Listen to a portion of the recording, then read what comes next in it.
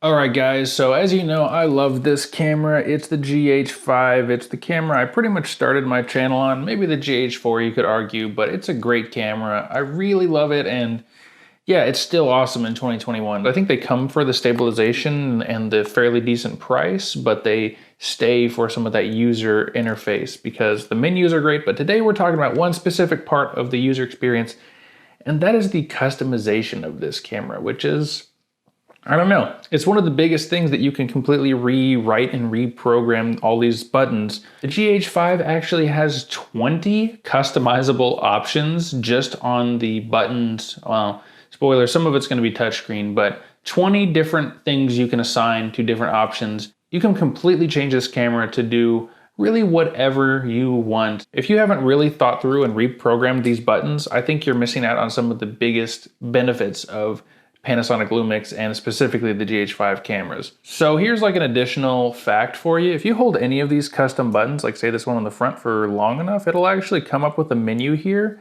that's gonna allow you to rewrite that button on the fly. If you want to normally do this, you just go down to the C wrench or custom wrench, go to options and FN button set to program all of those from there. Honestly, either way works. And if you're doing it for the first time, it might be best to do it through there because you could do some of those touch menu options there, which you can't really just hold down and switch those. If you want to, you just are here, this button, hold it down, and look at that. You're now able to select from, 19 pages worth of different menu items. Anyway, custom button number 1 is FN1 here, right on the top. It is usually set to like Wi-Fi or something like that, which I do use, but not enough for it to be my number 1 most used button. So this is actually a quick autofocus mode. And if you haven't heard of this before, it's pretty handy. Let's see if I've got a card in here. So my FN1 button up here has been set to AF on, which basically lets you do a quick single autofocus on whatever you have in the box here on the screen. So I usually do it before I record a video clip. So if I'm shooting up to the eye, your finger's right here by the shutter or right here by the record button. You just hold that down, and when the green box turns green, you know your subject is in focus. And then for the rest of your shot, you're going to be in manual focus in case something changes. This is really nice for an interview where someone might be perfect and then you want to really make sure they're perfect. Just hold that down, focus on them, and hit record. The other thing you can do is this actually does work while recording, but it's not exactly it's not exactly great. So here we go. So right here we're recording. We'll hold the button down. That time it worked pretty good, but there was just a little bit of a flash here. So yeah, you can definitely hit it while recording in a pinch. Again, this only works for native lenses, so Olympus, Panasonic, with electronic contacts, it's gonna work great. But if you're using like a Voigtlander lens or you're even adapting like the Sigma 18 to 35, it's not really gonna work. But for me, I really love the ability to just before or even in an emergency during a shot, just hold that button, box turns green, and I can be fairly confident that it's gonna be in perfect focus. Oh, and I like it because you can, if you use the viewfinder a lot, you can focus like this. Or if you shoot down here from the hip, for example, you got your thumb right on top of the camera here. That's a quick autofocus, and it works pretty well. Hey guys, if you're enjoying this video, if you have the GH5 or any Panasonic camera, definitely I would consider subscribing to this channel. I've got a ton more videos coming on Lumix cameras, Lumix lenses. I've already made a million videos on this Leica 10-25 you're looking at in this video. But yeah, if you're interested in Panasonic gear, Lumix gear, GH5, anything like that, even stuff like maybe some of their full frame cameras I'll be checking out in the future. Definitely subscribe to the channel to get notified when my new videos go live. I'd really appreciate it. Anyway, back to the video. So moving on to FN2, I just have this set as one of the few default buttons, which is right here on the back here, FN2. And for me, this brings up my quick menu, which kind of gives you all these little options to change in the menus, your picture profile, your format, your record mode, your autofocus mode if you're in autofocus, your metering mode, a quick menu to have a lot of this relevant information right there displayed at the top all on one screen is pretty useful. You can see it and change it from that quick menu. So I kind of recommend leaving that quick menu set as a quick menu. So custom button 3 is right under custom button 2, and that is just a kind of punch in for manual focus, if that's your thing. It doesn't work while recording, which is a big bummer, but again, if you don't really like autofocusing, or if you don't trust your one-tap autofocus we talked about earlier, you can just punch in with that. It also, in photo mode, allows you to select your autofocus type, which can definitely be kind of handy. So yeah, I think that's another default option, but still, if you're in photo mode or autofocus mode, changing your autofocus mode quickly is important.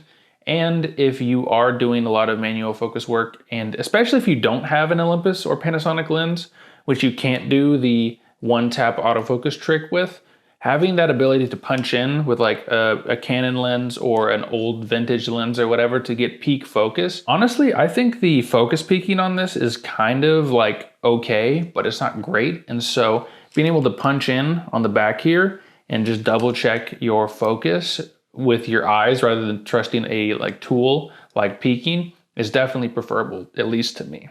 Okay, we gotta get going through these. So number 4, FN4, down here at the bottom, is a level, and there's an up and down level, but I think most importantly there's a side to side level, which if you have a tripod without a bubble on it, you can use to level your tripod, and you also can use it to just kind of get your shots straight. You know, we get a lot of flexibility with this flip out screen, but if you're standing way up and have your camera way above your head, it can be pretty tricky to actually get perspective on your shot. And so having the ability to not have to just like mash the display button to get that up, which is what I used to do, having that gauge right at the bottom there, FN4, just has been super useful. All right, FN5 right here in the back, right by the playback button, just switches between your little viewfinder in here, and it switches to your screen. And also the third mode is turning back on that eye sensor, which, you know, I have that eye sensor off by default, but I actually, when I am taking photos, I do like to be able to just hold the camera up and look what I'm doing, and then hold it back down and see what I shot. And so I turn that thing off, that motion thing off in the camera's menu. So being able to switch between like the screen, the motion sensor mode, and the eyepiece is pretty handy. FN6 is actually in here. It's like a little button. Can you see it? It's like back in the shadows. And I have that set to stabilization. And so if you look with a stabilized lens setup like this, which it doesn't have stabilizer in the lens, but it does communicate directly with the IBIS of the camera, I can easily turn that on or off. So if you do a lot of work with like a gimbal or with a shoulder rig or something, and you don't always want that stabilization on, you know, there's no switch on this lens for stabilization or anything like that, because there's no stabilization in the lens. So having the ability to turn that stabilization on or off right on the camera body pretty quickly is kind of useful, but the real use for that is not for these, you know, native lenses which automatically connect to the camera. It's more for something like this, you know, a little cheap third-party manual focus lens, maybe a vintage lens, or basically anything that doesn't directly communicate its focal length with the camera. And so now if you turn this camera on and you look here, the front button actually has more stuff to do. So you can still turn stabilizer on and off, but if you hit display, you're actually able to easily switch your focal length up. And so would just go in here, probably switch it to 25 millimeters. And now I'm in business for this little manual focus lens. And so that's pretty handy for people that use a lot of cheap lenses like this, or even expensive lenses like the Voigtlander. So yeah, if you only have like native micro four thirds lenses like this 10-25 or anything from Olympus or Panasonic, those are all gonna work just fine. You're not really gonna need the stabilization button as much unless you find yourself wanting to turn off the internal stabilization for some reason or another. But for people that use a lot of cheap lenses, vintage lenses, or any lens that doesn't have electronic contacts, this stabilization trick is actually pretty useful, because going into the menus and finding that every time, I used to do it and it was bad. Okay, this is gonna be an interesting one, because 7, 8, 9, some area like that is actually touch menu items, which is actually pretty handy. So let's just, you know what, I'm just gonna stand up. So if you look down here, there's actually an FN button right here, and you can see a lot of items just right here you can tap on. So anyway, FN7, we've got this sort of Wi-Fi signal here, and as you remember, back on top here, this FN1, I turned off from Wi-Fi. Well, guess what, it's gotta live somewhere. It is now in this touch menu. Another thing is this FN8, which is your histogram. And again, not something I use that often, but when I do use it, I do appreciate having it on screen. FN9, you can see, is something called 6K photo. And this is more for photos, but it's just nice to be able to switch that stuff. I don't use it a ton, and I don't use this touch menu a ton, obviously. So yeah, that's one thing I've set it to, but that's more for photography. FN10 is actually a very important one. This is synchro scan. It allows you to move your shutter speed by like 0.1 at a time instead of in these giant chunks we're used to. And that can really help you focus down some of those flickering light situations you'll run into. Be sure to turn it off though, because then if it's on at all, you know, this is as fast as you'll be able to change your shutter speed. And if you change it a lot, then it's going to be kind of annoying. And then FN11 is my zebras. So zebra 55, zebra 80, and zebra off. You just click through it like that.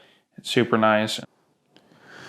Okay, so I think it is FN 12 through 16 is kind of like, okay, so you know the little touch knob here. I use it to moving around my focus point, and I like it for that. And I also use it to like deselect things a lot of times to be a little quieter. But if you want to, you can actually use the left, right, up, and down, different arrow keys to be different customization options. So if the first 11 were not enough buttons for you, you can actually program up, down, left, and right to do certain things for you. But me personally, I just don't use them. All right, guys, we've got even more buttons for you. Not only can you turn the up, left, right, down of this joystick to custom functions, but you can actually, the wheel down here that I usually use for like changing my ISO and things like that, you can actually program those 4 directions to be custom buttons as well. So the up on mine is variable frame rate, which in certain modes lets you shoot higher or lower frame rates. To the right, I have E stabilization, which is just a further level of stabilization. You can see it by the icon up here, that's E, and that is just normal stabilization. And so this just lets you get a little bit more steady by having a bit of a digital crop. I don't always use it, but it's nice to just to be able to turn on really quickly and turn off really quickly. Plus, side benefit, I guess it provides an additional tiny crop, which can be nice. Down on the D-pad here is actually Wi-Fi again, and I'm actually going to go ahead and just change that right live on camera because I don't really need 2 buttons that do Wi-Fi. Let's see. You can see all the different stuff. So, you know what? I'm going to change this to mic level display or mic level adjustment. I think this is super handy because you can just hit down, scroll left, scroll right. So that's my new number 19. So number 19, FN19 down on the D-pad is now my volume adjustment where you can just hit down, scroll, and then half press to get back. So down, scroll up to go higher, scroll down to go lower, and then you can either hit set, you can hit OK, or you can half press the shutter. And then my final custom function button 20 is X teleconverter, which in 1080p gives you a ×2 punch in, and in 4K I think gives you an extra like 0.3, 0.4 punch in.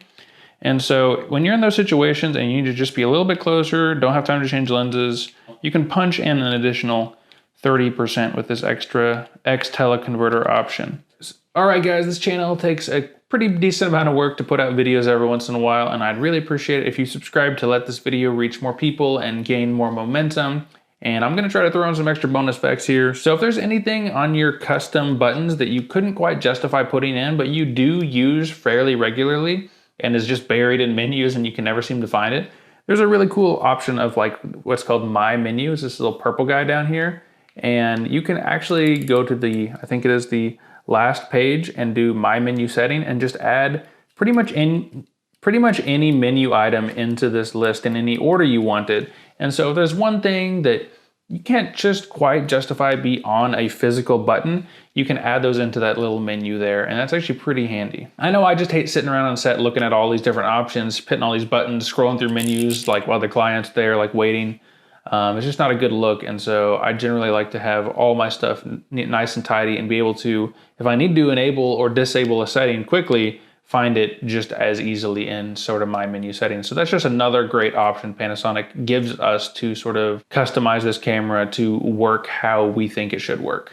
Anyway, guys, if you enjoyed this video, if you found it interesting, if you used any of my suggestions or tips in this video, definitely let me know in the comment section. And also, if you want to, if you have the time, post some of your, maybe not all 20, but at least some of your most popular options in terms of custom buttons and why you use them down in the comments section. I want other people to get inspired and be able to set up their own camera the way they want it to be. And so while I'm using this as sort of like a videography camera, sometimes photos, helping people out down in the comments who might do all kinds of stuff would be super awesome, and I want to keep that conversation going. So definitely let me know what's some of your most used custom buttons on it, like which button it is, what does it do, and why did you set it up like that? Are these actually doing what I want them to do, and are these actually serving me, or are they just set like this because I set it like this 2 years ago and never thought to change it? I'd say it's going to be a